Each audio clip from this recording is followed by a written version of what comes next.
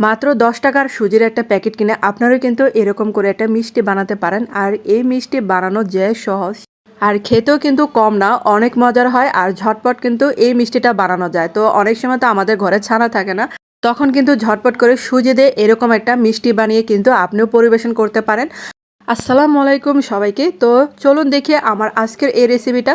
এখানে দেখেন প্যানের মধ্যে প্রথমে আমি ঘি দিলাম 1 চা চামচের মতো। তারপর হচ্ছে এখানে চায়ের কাপে এখানে পনে 2 কাপের মতো আমি সুজি দিলাম।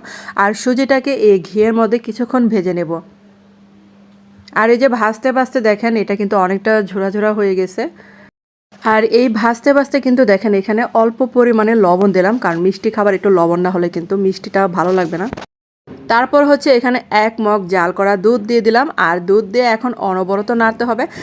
আর যে কাপে সুজি দিলাম সেই কাপে 1 কাপের একটু কম হবে আমি চিনি দিয়ে দিলাম। তারপর হচ্ছে একটু কালারের জন্য অরেঞ্জ কালারটা দিয়ে দিলাম, ফুড কালার। আর এখন হচ্ছে অনবরত নাড়তেই থাকবো যে পর্যন্ত এটা ঘন একটা ডোয়ে পরিণত হচ্ছে। আর বন্ধুরা যারা আমার চ্যানেলে আজ প্রথম ভিডিও দেখছেন কিন্তু চ্যানেলটাকে সাবস্ক্রাইব করতে ভুলে গেছেন, প্লিজ তাদের কাছে অনুরোধ রইল চ্যানেলটাকে সাবস্ক্রাইব করে আমার পাশে থাকতে পারেন। আর এই যে দেখেন ডোটা কিন্তু আঠালো ভাব চলে আসছে। আর এই যে দেখেন ডোটা কিন্তু হয়ে গেছে। তো এখন এটা নামিয়ে ফেলবো।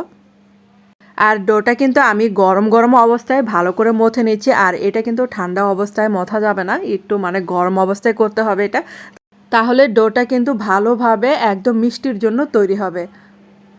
আর চাইলে আপনারা কিন্তু হাতে একটু ঘি বা তেল মাখিয়ে নিতে পারেন।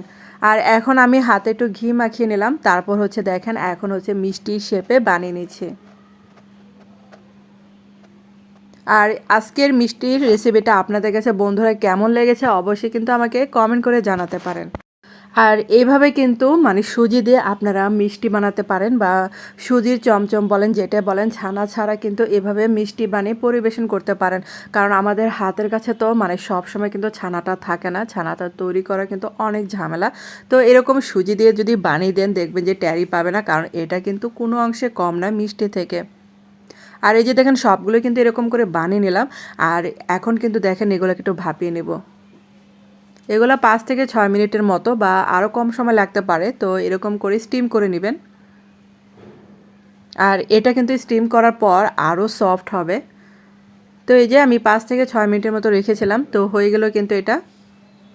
আর এটাকে মানে হালকা ঠান্ডা করে নেব, বেশি ঠান্ডা করব না। তো হালকা ঠান্ডা অবস্থায় এই যে একটা গুঁড়া দুধ নিলাম, মানে এটা হচ্ছে মাওয়ার কাজ করবে। তো গুঁড়া দুধে একটু গড়িয়ে নিলাম। দেখেন এটা কিন্তু একদম মিষ্টির মতো দেখা যাচ্ছে, মনে হচ্ছে যে মিষ্টির দোকান থেকে মিষ্টি কিনে নিয়ে আসছে। আর কালারটাও অনেক সুন্দর আসছে, কিন্তু একদম এই যে আমরা যে দোকানে খাই চমচম মিষ্টি সেরকম কিন্তু লাগছে এটা। তো হয়ে গেল কিন্তু সুজির এই চমচম। তো আপনাদের কাছে বন্ধুরা কেমন লেগেছে অবশ্যই কিন্তু আমাকে কমেন্ট করে জানাতে পারেন। আর এত মজার এত সহজ বানানো, যখনই আপনার মানে মিষ্টি খেতে ইচ্ছা করবে তখন কী করবেন, ঝটপট করে এরকম একটা মিষ্টি বানিয়ে আপনি পরিবেশন করতে পারেন বা খেতেও পারবেন। তো এই যে দেখেন আমি এখন আপনাদেরকে একটা মানে কেটে দেখাচ্ছি।